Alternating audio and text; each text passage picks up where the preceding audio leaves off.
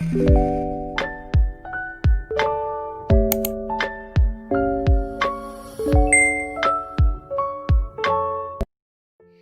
guys! Welcome back to my channel. I'm pretty sure that there are a lot of you guys who just started bullet journaling and you think that you will need to buy a lot of supplies in order to make a good spread. Well, the answer is no, but if you take a look at YouTube and also some of my videos, you might see that I actually use a lot of supplies just to make one single spread, which means that I'm also guilty for shaping that idea. That's why in today's video, I'm actually going to show you guys how I use the exact same supplies to make a month worth of weekly spread, which means that I will make 5 different kind of weekly spread using the exact same supplies. Alright, so I hope that today's video can help you, and without further ado, let's get started. These are the supplies that I'm going to use in today's video. So first we got the sticky note booklet, and then my Crayola Super Tips. I only use 2 colors, some letter stamp, and also the ink pad, and then my gold pen, some washi tape. These are the designs that I pick, my Sumiko Gurashi sticker booklet,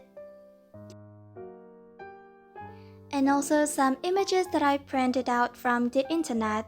So these are the supplies that I'm going to use in today's video. I actually shot this video last year, so that's why I still use this holographic binder. And to start off, I'm just going to take out the paper from my binder like this. I'm going to start making the first spread. So here I'm going to use this booklet. The one I use is actually a memo pad. It has this really cute rose pattern. And one tip I can give to you guys is to buy stuff that are in booklet or pack shape, because I feel like that makes you save more money. And if you see it right here, you have a lot more to choose from. So I feel like it is much better for you to buy things in booklet or pack shape. And here to stick it down, I'm using my glue tape. I don't really like using glue or glue stick to stick down my paper because they basically make my paper all wrinkly. So I definitely suggest you guys to try and find some glue tape. And now I'm going to stick on some washi tape to decorate it. If you want to buy some washi tape but you don't have the intention of collecting them, I suggest you guys to buy some normal pattern washi tape. For example, grid, plate, or stripe, because they're really versatile and you can use them for any kind of spread you want to make. Character or illustration washi tape are definitely really cute, but if you don't have any intention to collect washi tape, then I don't really recommend you guys to purchase any kind of illustration washi tape. And the reason why is because there are limitations on how you can use them, and also limitations on what kind of theme you can use them in. I do collect character washi tape because I found myself buying a lot of them, but most of the time I don't really use them to decorate, but I use them to make sticker flakes. So I would cut out the images and use them as stickers instead of using them as washi tape. For the name of the day, I write them above this white paper, and the reason why is because if I cut it out, they will pop up more, so if you stick it down like this, they will be more highlighted.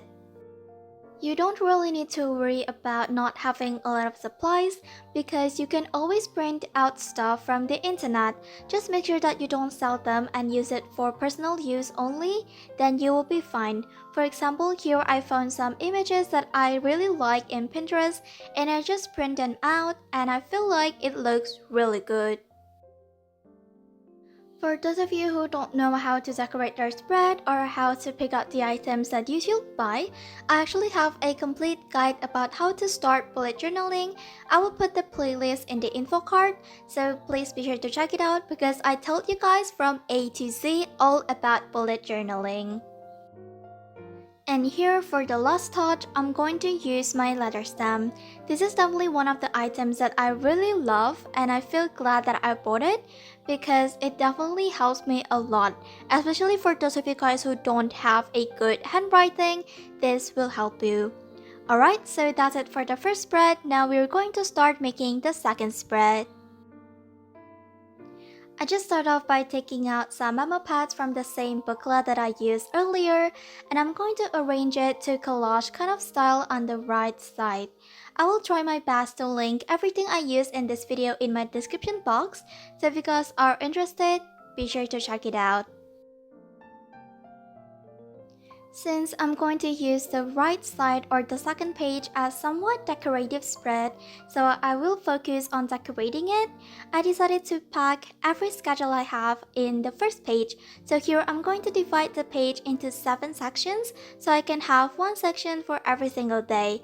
I will recommend you guys to try out this spread in weeks where you know you don't have a lot of things to do. You don't really need to worry because the page on the right also serves some function. I actually use it to write down my weekly tasks. So for example, tasks that I don't know what day I should complete it in, I just need to know that I need to complete the task by the end of the week, then I will just write it on the right side. And here, as you can see, I use the printed image once again. And for the final touch, I'm just going to use my favorite gold pen. Alright, so now 2 spreads done, we are going to move on to the third spread. For the third spread, I'm going to start off by using the exact same memo pad that I used for my first spread. It is kind of interesting and fun to see how different I can make the spread look like even when I'm using the exact same supplies. And this definitely shows that you don't really need to have so many different kind of supplies in order to make good bullet journal. And while we're at it, I would like to say that the essence of bullet journaling is to help you and to organize your life. The essence is not in the aesthetic itself. I feel like the journaling community has made people think that it is not bullet journal unless it is aesthetic. And I gotta be honest that I'm also guilty for it. That's why I would like to set it straight and tell you guys that as long as your bullet journal works for you, as long as it can help you, and as long as you like it, you don't really need to push yourself too hard to make it look aesthetic because everyone's aesthetic are different. I personally really like decorating my spread using my washi tape, stickers, memo pad, etc. And that's the only reason why I keep on doing my spread like this. It's not because of other people. But if you feel like it is such a hassle, you think that it's hard or maybe it's not your style, then I would suggest you guys to drop it. Don't decorate your bullet journal at all. If it does not make you feel happy, then just don't do it. Because at the end of the day, you should do bullet journaling for yourself. If it does not make you feel happy, then don't. Alright, so now I'm almost done decorating my third spread, and the last thing I'm going to do is to write down a quote on the bottom of the page. And now I'm done, let's move on to the fourth spread. So here I'm using the axis that I used in my third spread, and to add more texture, I'm actually going to rip it like this. Ripping it will make it look different, so even when you're using the same supplies, you can use them in a lot of different ways to make them look different. And for the name of the day, I'm just going to write down the first letter of each day on a piece of white paper and cut them out like that. The transparent pink plate paper that I use here is actually not washi tape. It is from the Memo Pad booklet that I showed you guys earlier. And if you guys want to find paper like that, you can search for vellum paper or acid paper. Here I'm going to continue decorating it using more memo pads and washi tape. And these are still using the exact same supplies as what I used in the first 3 spreads. Other than writing down the first letter of the day on a piece of paper and cut it out, you can also write down the name of the day using your black gel pen, but this time I'm going to write it in cursive writing so that it is more highlighted. Alright, so now the fourth spread is done, it is time for the last spread. I gotta be honest that this challenge is kind of hard for me. It's because I've never used the exact same supplies to make so many kind of spreads before.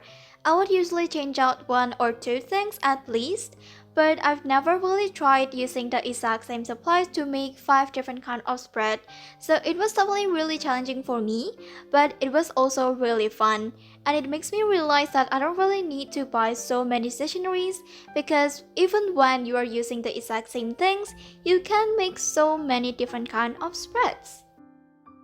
Alright, so all spreads are done. I'm going to put them inside of my binder and show you guys a flip through.